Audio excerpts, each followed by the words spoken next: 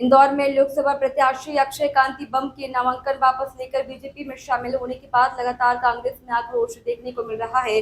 उसी के चलते अब प्रदेश अध्यक्ष जीतू पटवारी लगातार इंदौर में बैठक कर रहे हैं और अब इंदौर के लोकसभा चुनाव में नोटा को वोट देने की अपील आम जनता से कर रहे हैं। उसी के चलते आज गांधी भवन पर बैठक का आयोजन किया गया, जिसमें जीतू पटवारी ने कहा कि सभी कार्यकर्ता अपने अपने बूथों पर बैठेंगे और लोगों से अपील करेंगे कि वह नोटा को वोट दें। अब नोटा ही कांग्रेस का अधिकतर उम्मीदवार होगा और जनता राजनीतिक माफियागिरी को अब सबक सिखाएगी। इंदौर में लोगों को नोटा के लिए जागरूक करने के लिए कांग्रेस द्वारा रैली निकालकर एक माहौल बनाया जाएगा, किसी से बीजेपी की सच्चाई जनता तक आ सके। वहीं मीडिया से चर्चा के दौरान पटवारी ने कहा कि इंदौर में जीतेगा तो भाजपा का सांसद, लेकिन कांग्रेस को 15 सीटें कम से कम मिलेंगी।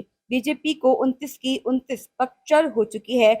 हम इंदौर में मैदान में नहीं है क्योंकि कांग्रेस के प्रत्याशी का अपहरण किया गया है, तो अब इस क्राइम का सबक जनता भाजपा को सिखाएगी। वहीं पटवारी ने वोटर्स से अपील करी है कि वोट जरूर दें और याद रखें कि नोटा भी एक ऑप्शन है। राजनीतिक स्वच्छता बनाए रखने के लिए नोटा का ऑप्शन है। वहीं ताई की नाराजगी पर पटवारी बोले, ताई ने ऐसा करके दिखा दिया कि वह दलगत राजनीति से ऊपर है। उन्होंने फटकार लगाई है, उन्होंने सही किया है। मैं ताई को बधाई देता हूं कि उन्होंने ऐसा किया।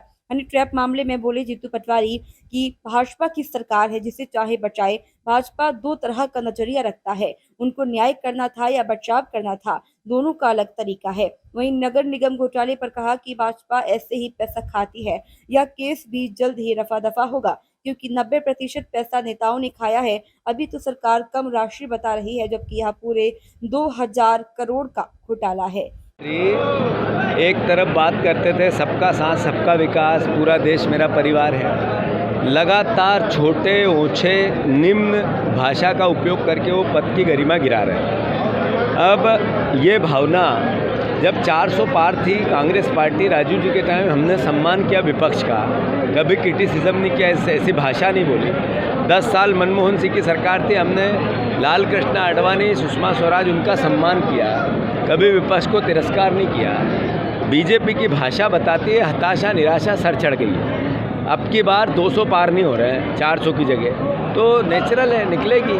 तो इस तरह की भाषा उनकी बता रही है कि वो हारने वाले हैं और इंडिया गठबंधन जीतने वाला है। तीसरे चरण की वोटिंग हो रही है, किस तरह से कम वोटिंग हो रही है, ये भी हताशा निराशा है। ये इन प्रधानमंत्री ने कैसा देश बनाया जिसमें लोगों का मत के अधिकार से इंटरेस्ट खत्म हो गया।